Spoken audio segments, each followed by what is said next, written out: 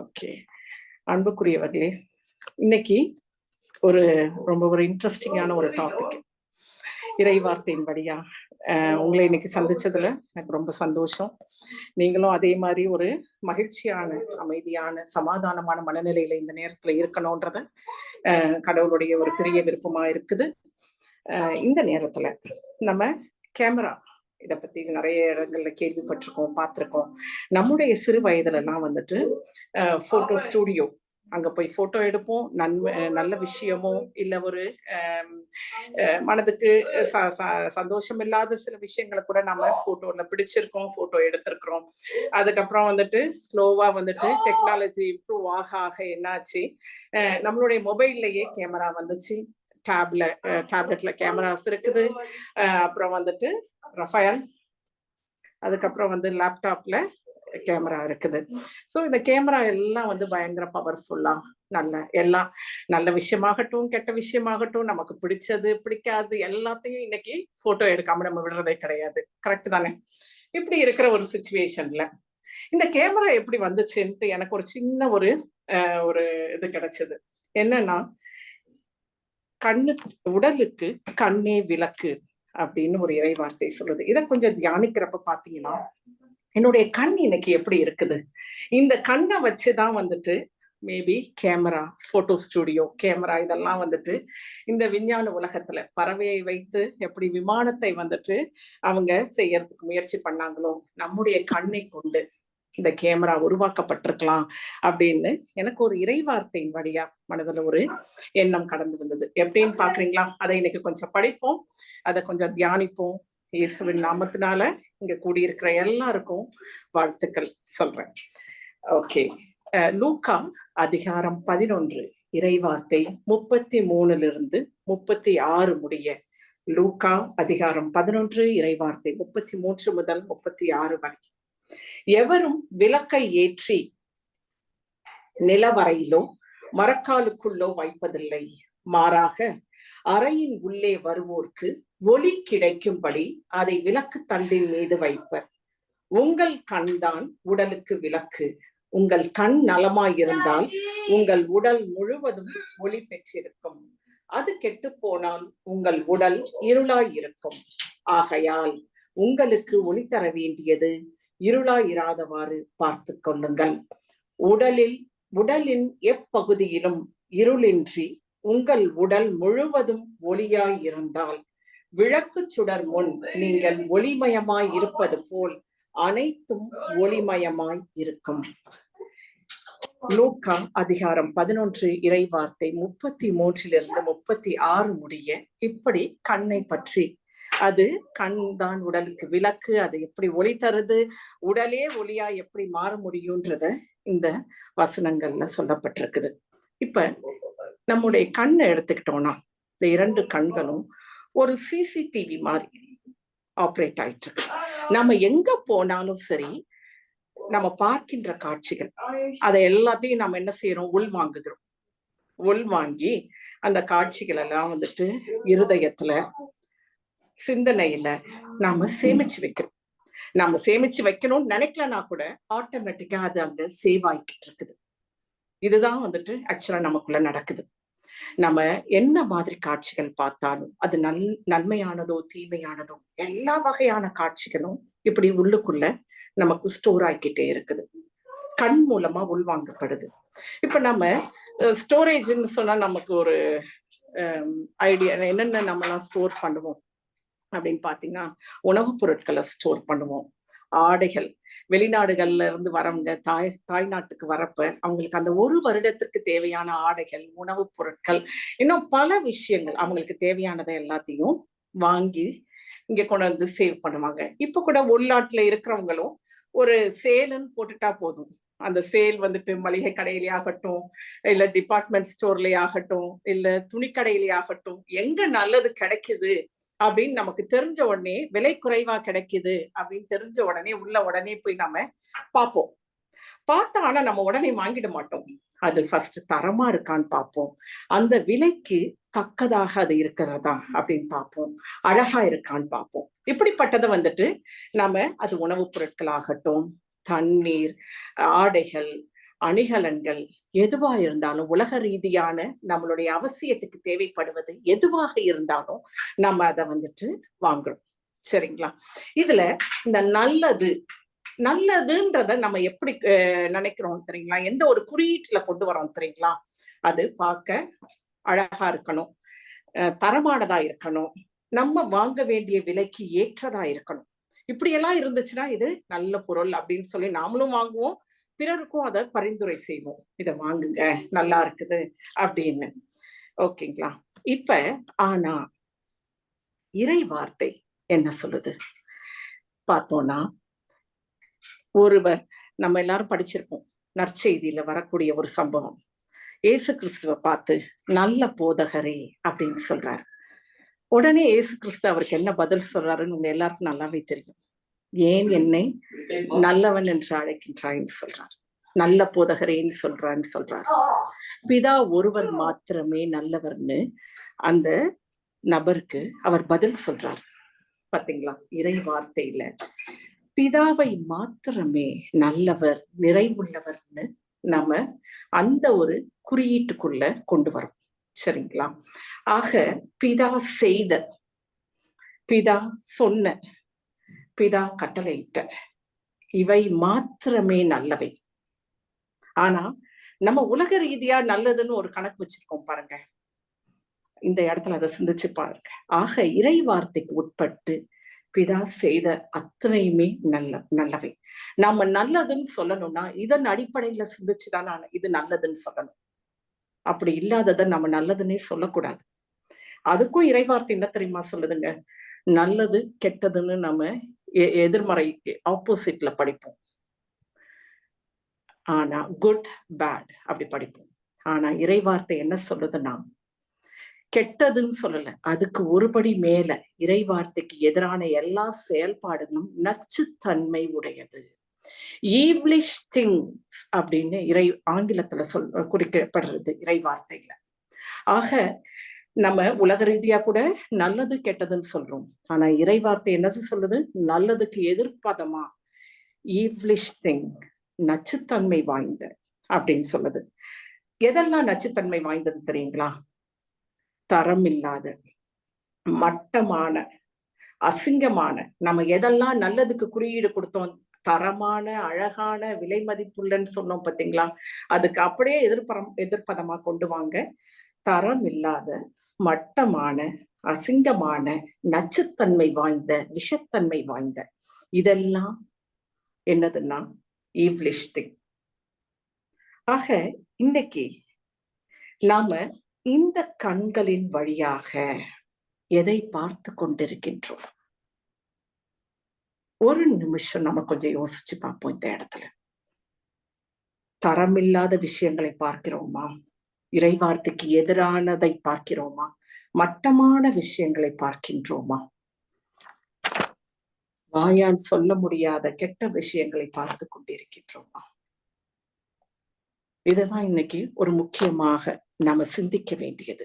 இந்த கண்ணை குறித்து ஆக்சுவலா நம்முடைய ஐம்புலன்கள், கண், காது, மூக்கு, வாய், தொடு உணர்ச்சி, இத ஐந்தையும் ஐம்புலன்கள்னு நம்ம சொல்றோம். இந்த ஐம்புலன்களுடைய ஒரு ஸ்பெஷாலிட்டி என்ன தெரியுங்களாங்க? நம்முடைய உடல் வளர்ச்சி, உள்ள வளர்ச்சி அல்லது மூளை வளர்ச்சி, ஆன்மீக வளர்ச்சி, இவை எல்லாம் இந்த ஐம்புலன்களின் அடிப்படையிலேயே தீர்மானிக்கப்படுது. ஒருத்தன் வாய் பேச முடியல, காது கேட்க முடியல அப்படின்னா அதுல ஒரு குறைபாடு இருக்குன்னு மெடிக்கல் சயின்ஸ் சொல்றாங்க. பார்த்துக்கங்க, அப்ப உடல் வளர்ச்சிக்கு எப்படிப்பட்டது தேவையானதா இருக்குதுன்னு. ஆன்மீக வளர்ச்சிக்கும் அப்படியே எப்படின்னு பின்வரக்கூடிய இடங்கள்ல பார்க்கலாம். நாம இன்னைக்கு இந்த வாயின் வார்த்தைகள் நாம எல்லாரும் நிறைய இது வரைக்கும் பல மெசேஜஸ்ல கேட்டுட்டோம். வாயின் வார்த்தைகள் அது நல்லவையோ தீமையானதோ அதை விதைகள்னு சொல்றோம். நல்ல விதைகள், தீய விதைகள் அப்படின்னு மென்ஷன் பண்ணியிருக்கிறாங்க. ஆனா இன்னைக்கு நான் சொல்றேன் கேளுங்க. கண்ணால் பார்க்கக்கூடிய, காதால் கேட்கக்கூடிய, மூக்கால் நுகரக்கூடிய, வாயால் பேசக்கூடிய, தொட்டு உணரக்கூடிய அத்தனை செயல்பாடுகளும் விதைகளே. அது நல்ல விதையா அல்லது தீய விதையா அல்லது நச்சு விதையா அப்படின்றத முடிவு செய்ய வேண்டியது நாம தான் இந்த இடத்துல. இதை எப்படி முடிவு செய்யலாம் அப்படின்றத பார்க்கலாம். இன்னைக்கு நமக்கு இது ஒரு பெரிய சவால் தான். எப்படின்னு கேக்குறீங்களா? பார்க்கக்கூடிய விஷயங்கள் எல்லாம் உள்ளுக்குள்ள போகுது, விதையா மாறுது. அது இறைவார்த்தைக்கு ஏற்றதா இல்லாமலும் இருக்கலாம், இறைவார்த்தைக்குடைய உள்ளுக்குள்ள இருப்பதாகவும் இருக்கலாம். கேட்கின்ற விஷயங்கள், நுகர்கின்ற விஷயங்கள், தொட்டு உணரக்கூடிய விஷயங்கள் எல்லாமே விதைத்தன்மை உடையது. அப்ப நம்ம எவ்வளவு கவனமாக ஜாக்கிரதையாக நம்ம ஐம்புலன்களை கையாள வேண்டும்னு இந்த இடத்துல பாருங்க. என்னடா கண்ணை பத்தி பேசுறேன்னு சொல்லிட்டு ஐம்புலன்களை சேர்த்து சேர்த்து சொல்லிட்டு இருக்கிறேன்னு ஒரு சின்ன டவுட் வரலாம் உங்களுக்கு. ஆனா கண் மற்ற உறுப்புகள் அனைத்திற்கும், ஐம்புலனுக்காகட்டும் மற்ற உடல் உறுப்புகளுக்கு ஆகட்டும், இதுதான் கோஆர்டினேட் பண்ணுது. அதனாலதான் மென்ஷன் பண்ணியிருக்கிறாங்க, உன் உடலுக்கு கண்ணே விளக்கு, காது விளக்கு, மூக்கு விளக்கு, வாய் விளக்குன்னு அங்க சொல்லப்படல, கண் தான் விளக்கு. ஆக நம்ம ஒரு உணவுப் பொருளை தொட போகிறோம்னா கண்ணால பார்த்துக்கிட்டே போறோம். ஈவன் அவங்க ஸ்மெல் பண்ணிட்டு போனா கூட at the end of the time அவங்க அந்த உணவுப் பொருளை பாக்குறாங்க, பார்த்துட்டு அந்த ஸ்மெல்ல வச்சு அந்த உணவுப் பொருளை அறியறாங்க. யார் பேசுறாங்கன்றத கண்ணை கொண்டு தீர்மானிக்கின்றோம். என்னுடைய கை எதை செய்ய வேண்டும் என்று கண்ணை கொண்டு தீர்மானிக்கின்றோம். நாம் எங்கு செல்ல வேண்டும் என்பதை கண்ணை கொண்டு தீர்மானிக்கின்றோம். என்ன பேச வேண்டும், எதை பேசக்கூடாது என்பதை கண்ணை கொண்டு தீர்மானிக்கின்றோம், இறைவார்த்தையை படிப்பதன் மூலம். இப்போ இப்படிப்பட்ட ஐம்புலன்களுக்கு நாம என்ன ஒரு உரிய இடத்தை என்னுடைய வாழ்வில் கொடுத்திருக்கின்றோம். இதுல ஃபர்ஸ்ட் வர்றது கண் தான். 1 யோவான் 1 1 மற்றும் 2 அந்த 2 வார்த்தைகளையும் இப்ப படிப்போம். 1 யோவான் அதிகாரம் 1 இறைவார்த்தை 1 மற்றும் 2. எடுத்தவர்கள் அன்மியூட் பண்ணி படிக்கலாம்.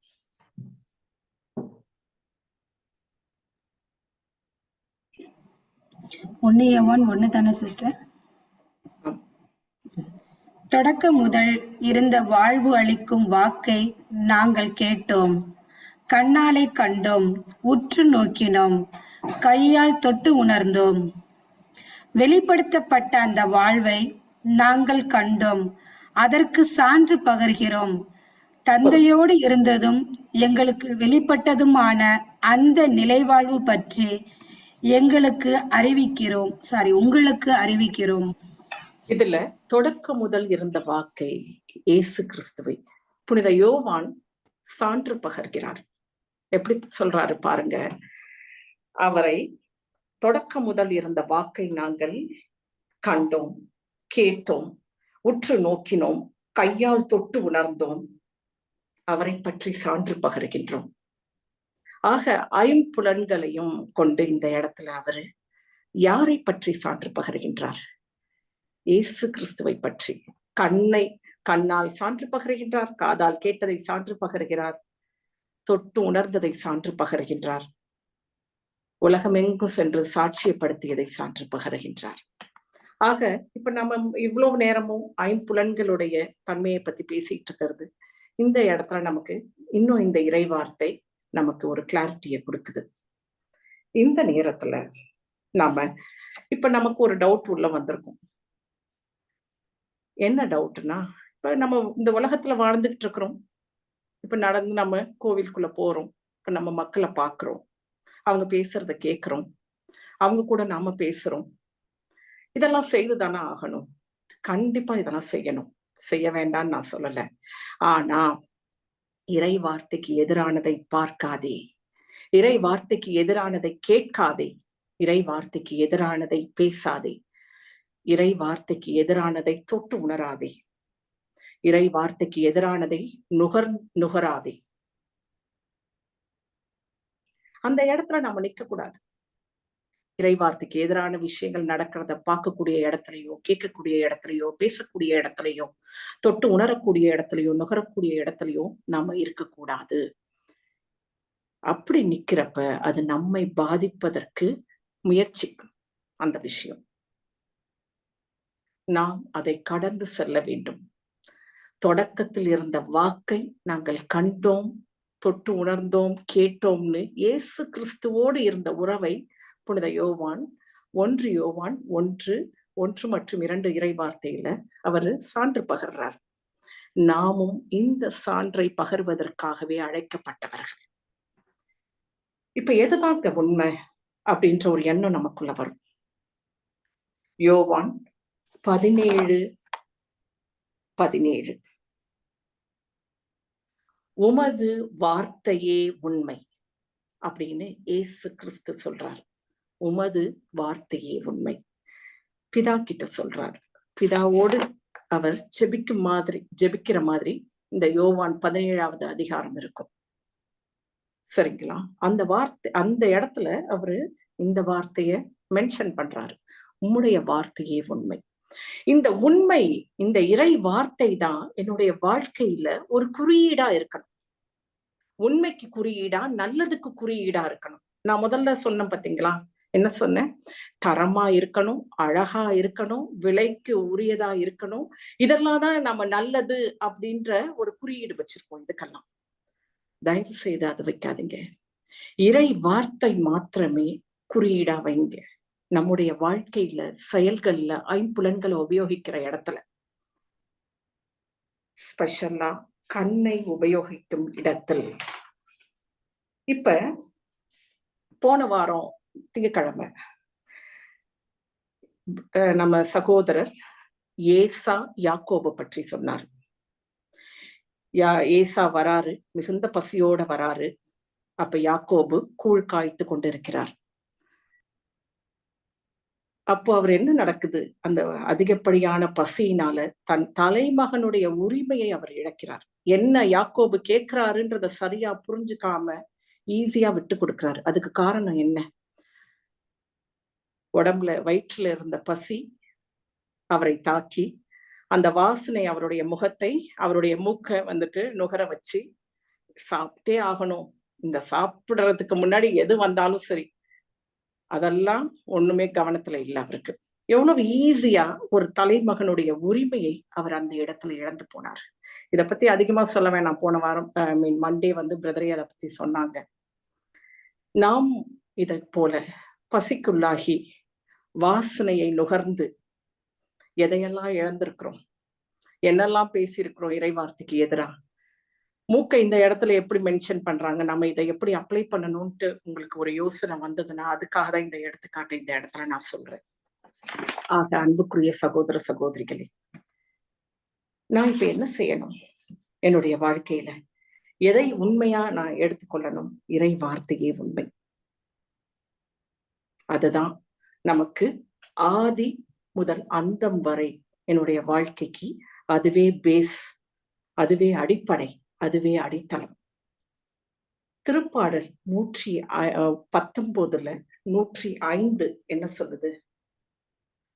உம் வார்த்தையே என் காலுக்கு விளக்கு, என் பாதைக்கு ஒளியும் அதுவே. ஆக நம்ம நடக்க வேண்டிய பாதையில ஒவ்வொரு அடியும் நம்ம எதை அடிப்படையில வைக்கணும் தெரியுங்களா? இறை வார்த்தையின் அடிப்படையில தான். இந்த இடத்துல எனக்கு எப்படி சமாளிக்கிறதுன்னு தெரியல, என்ன பதில் சொல்றதுன்னு தெரியல, எப்படி நான் முன்னாடி போகணும்னு தெரியல, இப்படிப்பட்ட பிரச்சனை என்ன தாக்குது அப்படின்னு நிறைய பேர் உள்ளத்துல புலம்பி இருக்கிறாங்க. சில பேர் வாய் விட்டு எங்ககிட்ட கேட்டிருக்கிறாங்க. எதையும் வைத்து தீர்மானிக்காதீர்கள். இன்னைக்கு நான் சொல்றேன், மனிதர்களுடைய வார்த்தைகளை கொண்டு தீர்மானிக்காதீர்கள். இறை வார்த்தையை கொண்டு தீர்மானம் செய்யுங்கள், டிசைட் பண்ணுங்க. ஒரு முக்கியமான ஒரு டிசிஷன் எடுக்கணுமா? குடும்ப தலைவனோ தலைவியோ 2 பேரும் இணைந்து இருந்து இறை வார்த்தையின் அடிப்படையில் அந்த டிசிஷன் எடுங்க. நீங்க எடுக்கிற ஒவ்வொரு டிசிஷனும், நீங்க செல்ல வேண்டிய ஒவ்வொரு பாதையும் இறை வார்த்தைக்கு எதிரா இருக்குதான்னு ஒவ்வொரு நிமிஷமும் யோசிங்க. ஃபர்ஸ்ட் ஸ்டார்ட் பண்றப்ப இது கொஞ்சம் கஷ்டமா இருக்கும். ஆனா ஒன்ஸ் நீங்க அதை பிராக்டிஸ் பண்ணிட்டீங்கன்னா ஆட்டோமேட்டிக்கா இது உங்களுடைய பிளட்ல ஊறிடும். ஃபர்ஸ்ட் கொஞ்ச நாளைக்கு உடல் பயிற்சி செய்யறது ரொம்ப கஷ்டம். அங்கங்க வலிக்கிற மாதிரி இருக்கும் உடம்பெல்லாம். ஆனா பாத்தீங்கன்னா ஒரு மாசம் போயிடுச்சுன்னா அவங்க கேஷுவலா அந்த உடற்பயிற்சியை செய்வாங்க. ஏன்னா அதுக்கு அவங்க பழக்கப்பட்டுட்டாங்க. நம்ம இன்னும் பழக்கப்படலை. அதனாலதான் நம்ம என்ன செய்யறோம், இது செய்ய முடியுமா, கஷ்டமா இருக்குமே அப்படின்னு. உங்களுக்கு ஒரு டவுட் இருக்குதா, இறை வார்த்தை பைபிளை எடுத்து வச்சு கவுண்டர் செக் பண்ணுங்க. இல்ல, உங்களை வழி நடத்துபவர்களிடம் கேளுங்க, அவங்க கரெக்டா சொல்லிடுவாங்க. இது நீ எடுத்திருக்கிற தீர்மானம், முடிவு, டிசிஷன் இறை வார்த்தைக்கு உட்பட்டது இல்லாட்டினா உட்படாதது. அதனால இதை செய் இல்லாட்டினா செய்யாத. இதை நீங்க மத்தவங்களை கேட்கணும்னு அவசியமே இல்லை. நீங்களே இதை அழகா செய்திடலாம். அப்பதானே நீங்களும் பிராக்டிஸ் ஆக முடியும். எத்தனை நாளைக்கு மற்றவர்களை கேட்டுக்கொண்டு இருப்போம் நாம. ஒரு சின்ன ஒரு விளக்கம் தேவைன்னா கேட்கலாம், அதுல ஒண்ணும் தப்பு கிடையாது. ஆக இன்னைக்கு யோவான் அதிகாரம் 8 இறைவார்த்தை 12 என்ன சொல்லுதுன்னு தெரியுங்களா? உலகின் ஒளி நானே, என்னை பின்தொடர்பவர் இருளில் நடவார். உலகின் ஒளி நானே, என்னை பின்தொடர்பவர் இருளில் நடக்க மாட்டார்கள், வாழ்வுக்கு வழிகாட்டும் ஒளியை அவர்கள் கொண்டிருப்பர். ஆக வாழ்வுக்கு வழிகாட்டும் ஒளியை யார் கொண்டிருப்பாங்க? இயேசு கிறிஸ்துவை பின்பற்றுபவர்கள், அவர் கூறிய வார்த்தைகளை பின்பற்றுபவர்கள் வாழ்வுக்கு வழிகாட்டும் ஒளியை அவர்களுக்குள்ளே கொண்டிருக்கின்றனர். அவர்களிடம் இருள் இருக்காது, தவறு இருக்காது, குற்றம் இருக்காது, பாவம் இருக்காது. இப்ப என்னுடைய வாழ்க்கையில குற்றம் இருக்கா, இருள் இருக்கா, பாவம் இருக்கா? ஒரு நிமிஷம் நாம அந்த இடத்துல நிச்சயமா நிதானமா யோசிச்சு பார்க்கணும். நான் எந்த இடத்துல தவறு செய்தேன், எனக்குள்ள என்ன தவறு இருக்குது அப்படின்றத கண்டிப்பா யோசிச்சு அந்த தவறிலிருந்து வெளிவருவதற்கான அறிவுரையை நாம் பெற்றுக்கொள்ள வேண்டும். அதை பெறுவதற்கு முயற்சி செய்யவில்லைன்னா அந்த இடத்துல தோல்வியோட தான், பாவத்தோட தான் நாம இருப்போம். அந்த இடத்துல நம் வாழ்க்கையில குறிப்பிட்ட அந்த இடத்துல ஒரு இருள் சூழ்ந்து கொண்டே இருக்கும். இத நம்ம இன்னைக்கு இங்க இருக்கின்ற ஒவ்வொரு சகோதர சகோதரிகளுடைய வாழ்க்கையிலும் எந்த இடத்தில் ஒரு இருள் இருந்தாலும், ஒரு தோல்வி இருந்தாலும், ஒரு பாவம் இருந்தாலும், தயவு செய்து இதை நிதானமா யோசிச்சு அந்த இடத்துல உங்களுடைய இறைவார்த்தைக்கு எதிரான செயல்பாடு என்னன்னு கண்டுபிடிச்சு அதுல இருந்து நீங்க வெளிவரணும்னு இன்று இந்த இரவு வேளையில இயேசு கிறிஸ்து உங்களிடம் எதிர்பார்க்கின்றார். உங்களிடமும் என்னிடமும் எதிர்பார்க்கின்றார். அன்பான சகோதர சகோதரிகளே, இன்றைக்கு நான் சொல்லிட்டேன் உங்ககிட்ட, ஆரம்பத்துல ஃபர்ஸ்ட் லைன் சொல்லியாச்சு, கண்ணே உடலுக்கு விளக்குன்னு சொல்லியாச்சு. விளக்கு எரியறதுக்கு நமக்கு என்ன வேணுங்க?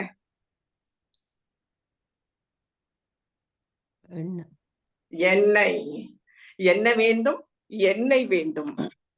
ஓகே, சரி. இப்ப யோவான் 6வது அதிகாரம் 63வது வார்த்தை, என்னுடைய வார்த்தைகள் வாழ்வையும் ஆவியையும் கொண்டுள்ளன. இந்த எண்ணெய் எதை குறிக்குது தெரியுங்களா? ஆவியானவரை குறிக்கின்றது. ஆக இயேசு கிறிஸ்துவனுடைய வார்த்தை வாழ்வையும் ஆவியையும் கொண்டுள்ளன. ஆக இந்த விளக்குக்கு எண்ணெய் இருந்தாதான் நல்லா எரியும். சரிங்களா? இந்த இடத்துல இன்னொரு ஒரு முக்கியமான ஒரு ஹிண்ட் கொடுக்கணும்னு நான் விரும்புறேன். என்ன தெரியுங்களா? அது உள்ளத்தின் நிறைவை கம்ப்ளீட் பண்ணுங்க யாராவது. வாய் பேசும். வாய் பேசும். Price the Lord. Thank you brother. உள்ளத்தின் நிறைவை வாய் பேசும். இன்னைக்கு நான் சொல்றேங்க, உள்ளத்தின் நிறைவை கண் பார்க்கும், உள்ளத்தின் நிறைவை வாய் பேசும், உள்ளத்தின் நிறைவை மூக்கு நுகரும், உள்ளத்தின் நிறைவை காது கேட்கும், உள்ளத்தின் நிறைவை தொட்டு உணரும். ஆக உள்ளத்துல என்ன இருக்குதுன்றதுதான் முக்கியம். அததான் நம்ம ரிஃப்ளெக்ட் பண்ணிட்டு இருக்கோம், நம்மளுடைய செயல்கள்ல காமிச்சிட்டு இருக்கோம். ஏதோ ஒரு 10-15% சினிமா மேல ஒரு ஆசை, சினிமா பாடல்கள் மேல ஒரு ஆசை, இதுல என்ன தப்பு இருக்குது? நம்ம எல்லாத்தையும் முடிச்சுட்டு தானே இதை பார்த்துக்கிட்டு இருக்கிறோம். காது கேக்குது சினிமா பாட்டை, வாய் பேசுது சினிமாவை பற்றி. ஒரு 10%, ஒரு 5%, ஒரு சின்ன ரிலாக்ஸேஷனுக்கு சீரியல் பாக்குறது. ஆக உள்ளத்துல என்ன இருக்குதோ அதெல்லாம் செய்யறோமா? இறை வார்த்தைக்கு எதிரான விஷயங்கள் எல்லாம் இந்த ஐம்புலன்களும் ரிஃப்ளெக்ட் பண்ணுதுங்களா நமக்கு? யாராவது அன்மியூட் பண்ணி சொல்லுங்களேன், நான் உங்களுக்கு புரியுற மாதிரி சொல்லியிருக்கேன் நான் இந்த இடத்த. புரியுதா உங்களுக்கு இந்த இடம் நான் சொல்ற வருது? Praise the lord. ஹalleluya. யாரும் அன்மியூட் பண்ணி கூட சொல்ல மாட்டேன்றாங்க. புரியுது. ஓகே. ஆக ஏதாவது ஒரு மோகம், ஒரு ஆசை, ஒரு அடிமைத்தனம் அதற்குள்ளாக நான் போகின்றேனா? என்னுடைய இருதயத்தில் அந்த பிதா நடாத, வானகத் தந்தை நடாத நாற்று இருக்கின்றது என்று அர்த்தம். ஆசை, மோகம், பாவம், அடிமைத்தனம்.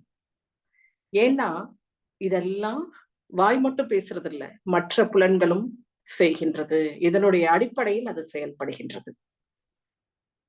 சரிங்களா? நீதிமொழி அதிகாரம் 20, இறை வார்த்தை 27.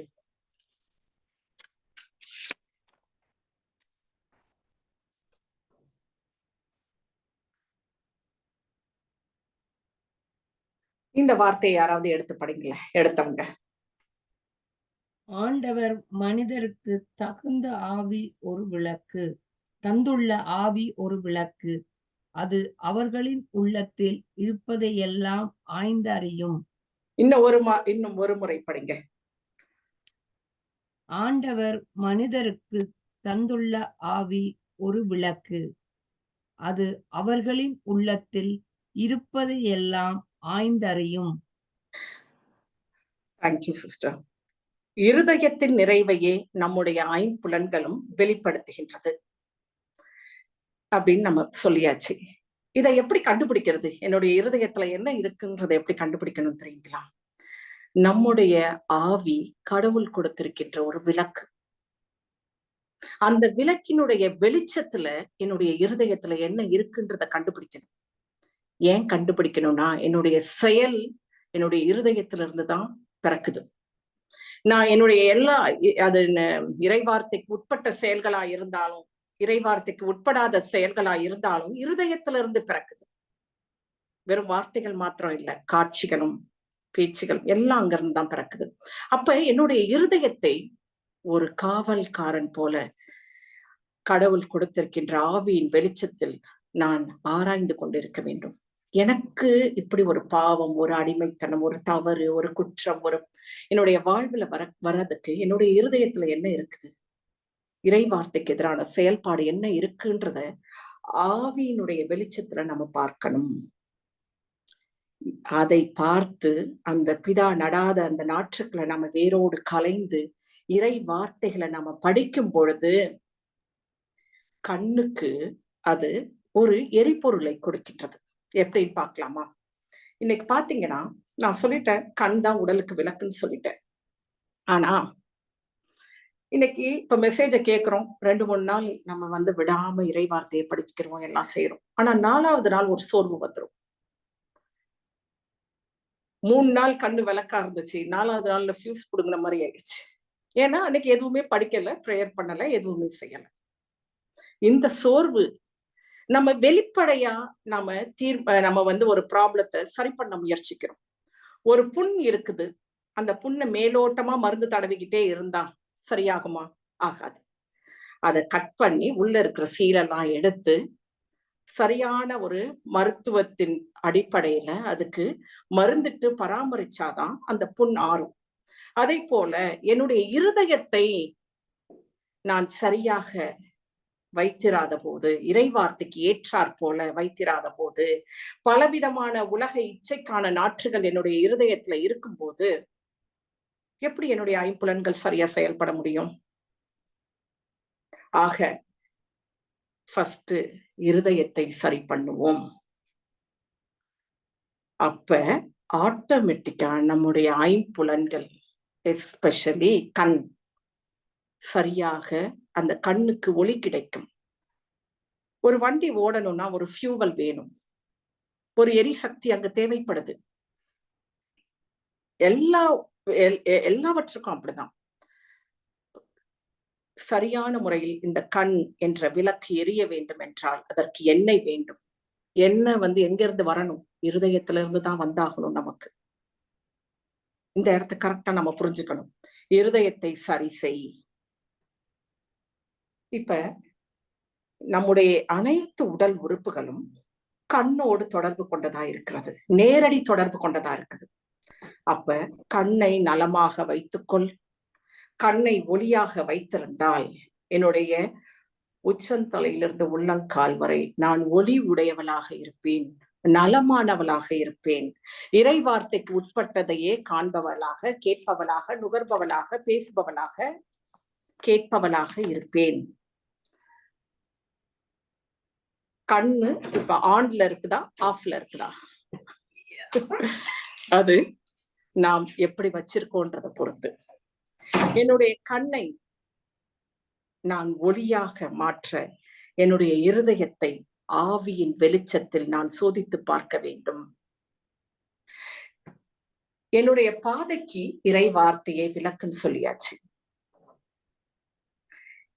விளக்கு தண்டின் மீது நாம முதல்ல இந்த இறை வார்த்தையை தான் எடுத்து படிச்சோம். லூக்கா அதிகாரம் 11 இறை வார்த்தை 33 36. விளக்கானது விளக்கு தண்டின் மீது வைக்கப்பட வேண்டும்.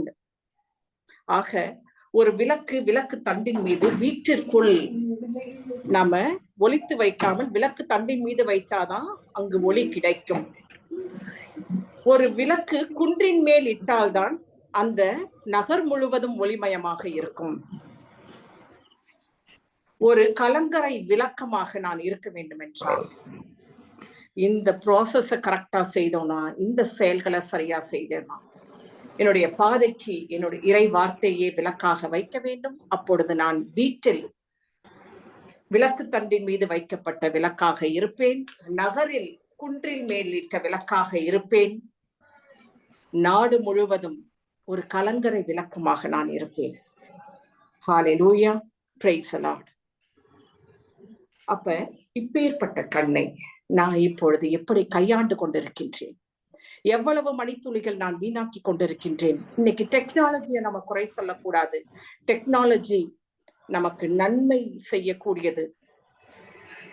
தீமையான கண்ணோட்டத்தோடு அதை பார்க்கும் பொழுது அது தீமையை செய்கின்றது. இந்த இரண்டும், நன்மையும் தீமையும், நமக்கு முன்பாக வைக்கப்பட்டிருக்கின்றது. இந்த டெக்னாலஜியை வச்சு நான் நன்மை செய்து ஒரு கலங்கரை விளக்கமாக என்னுடைய நாட்டிற்கு நான் திகழப் போகிறேனா? இது நமக்கு முன்பாக வைக்கப்பட்ட கேள்வி. இன்று அன்பான சகோதர சகோதரிகளே, இன்றைக்கு இந்த வயது வரை இத்தனை வருடங்களாக இந்த கண்ணை குறித்து அதற்கு நாம் செய்யாத, அதற்கு கொடுக்காத இந்த முக்கியத்துவத்தை இந்த இரவு வேளையில நாம அறிந்து கொண்டோம். இதற்கு ஒரு வாய்ப்பை கொடுத்த கடவுளுக்கு நன்றி சொல்றேன். இந்த நேரத்துல எல்லாரும் அன்மியூட் பண்ணி, இத்தனை வருடங்களாக இந்த கண்களை நாம் தவறாக உபயோகித்திருந்தால் அதற்கு மன்னிப்பு கேட்போம். இந்த நிமிடத்திலிருந்து, இன்றிலிருந்து என்னுடைய இருதயத்தை ஆவியின் விளக்கை கொண்டு சோதித்து என்னுடைய கண்ணை நான் என் உடலின் விளக்காக மாற்றுவேன். எப்பயுமே பாருங்க, விளக்குக்கு ஒரு தன்மை உண்டு, அது பரவக்கூடிய தன்மை உடையது. ஒரு ரூம்ல விளக்க போட்டோம்னா அந்த ரூமுடைய ஹாஃப் ஆஃப் த லென்த்துக்கு தான் விளக்குடைய வெளிச்சம் வரும்ன்றது கிடையாது. அந்த ஃபுல் ரூமையே அது கவர் பண்றது. என் கண் நலமாய் இருந்து ஒளி தந்தால் என் உடல் முழுவதும் ஒளியாய் இருக்கும். அப்பொழுது நான் மனிதர் முன் ஒளிர்வேன். எப்படி நம்ம மனிதர் முன் ஒளிர்வதுன்னா இதுதான் ப்ராசஸ். நமக்கு இந்த செயல்முறையை நான் என் வாழ்வில் இன்றிலிருந்து செய்வதற்கு, மனிதர் முன் நான் ஒளிர்வதற்கு இந்த நேரத்துல கடவுளுடைய துணையோடு நாம் அனைவரும் சேர்ந்து செபிப்போம். தந்தை, மகன், தூய ஆவியின் பெயராலே ஆமென். நல்ல தெய்வமே, அப்பா எல்லாரும் அன்மியூட் பண்ணுங்க. எல்லாரும் உங்களை ஒப்பு கொடுங்க, அன்மியூட் பண்ணுங்க. ஹல்லேலூயா. தகப்பனே, இதோ இந்த நேரத்திற்காக நன்றி ராஜா. எங்களுடைய வாழ்க்கையில பல சூழ்நிலைகள்ல அப்பா இந்த கண்ணை தவறாக நாங்கள் உபயோகித்திருக்கின்றோம். இறை வார்த்தைக்கு எதிராக நச்சுத்தன்மை உடைய செயல்பாடுகளுக்குள்ளாக நாங்கள் கடந்து சென்றிருக்கின்றோம் ராஜா. அதற்காக அப்பா இந்த இடத்துல நான் மன்னிப்பு கேட்கின்றேன். இந்த கண்ணின் வழியாக என்னுடைய மற்ற புலன்கள், வாய், மூக்கு, என்னுடைய உணர்ச்சிகள், என்னுடைய காதுகள் மற்றும் என்னுடைய கை கால்கள், என்னுடைய இருதயம் ஒவ்வொன்றும் கேடு அடைவதற்கு நானே காரணமா இருந்திருக்கின்றேன். இந்த இடத்துல தெய்வமே, இந்த ஒரு உங்களுடைய வார்த்தை வெளிச்சத்தை கொண்டு இன்று அதை எங்களுக்கு அறிவுறுத்தியதற்காக நன்றி ராஜா. அப்பா, இத்தனை வருடங்களாக எனக்கு இன்னும் புறமும் செயல்பட்ட நான் விளக்காக இல்லாதபடி, மனிதர் மேல் ஒளிராதபடி, ஒரு கலங்கரை விளக்கமாக ஆகாமல் போகும்படி எனக்கு பின்பாக செயல்பட்ட எல்லா தீய சக்திகளையும் இயேசுவின் நாமத்தினால் 11:23 படி கடைந்து கடலில் எல்லாரும் ஒப்பு கொடுங்க. ஹல்லேலூயா. இந்த நேரத்தில் சகோதரர்களையும் இந்த நேரத்தில் இயேசுவின் நாமத்தில் கடிந்த கடலுக்குள் நான் சொல்லுகின்றேன். இந்த நேரத்தில் உன்னோடு பேசுகின்றேன். எங்களுடைய குடும்ப வாழ்வு, ஊழிய வாழ்வு, எங்களுடைய உடல் உள்ள ஆன்ம வளர்ச்சிகள் ஒவ்வொன்றினைக்கும் ஒரு கேட்டை தந்த நீ இந்த நேரத்திலேயே வெளியே இந்த நிமிடத்தில் இயேசுவே நாமத்தினால் பெற்றுக்கொண்ட இந்த விடுதலைக்காக நன்றி கூறுகின்றேன். ஹல்லேலூயா. மாதாவே, இதற்காக நீர் எங்களுக்கு பரிந்து பேசியதற்காக நன்றி கூறுகின்றேன். இன்றைய நாளில் இதோ இப்படிப்பட்ட ஒரு மறை உண்மையை எங்களுக்கு புரிய வைத்து வழி நடப்பதற்கு எங்களுக்காக நீ பரிந்து பேசுவதற்காக பிரைஸ் தி லார்ட். ஹல்லேலூயா.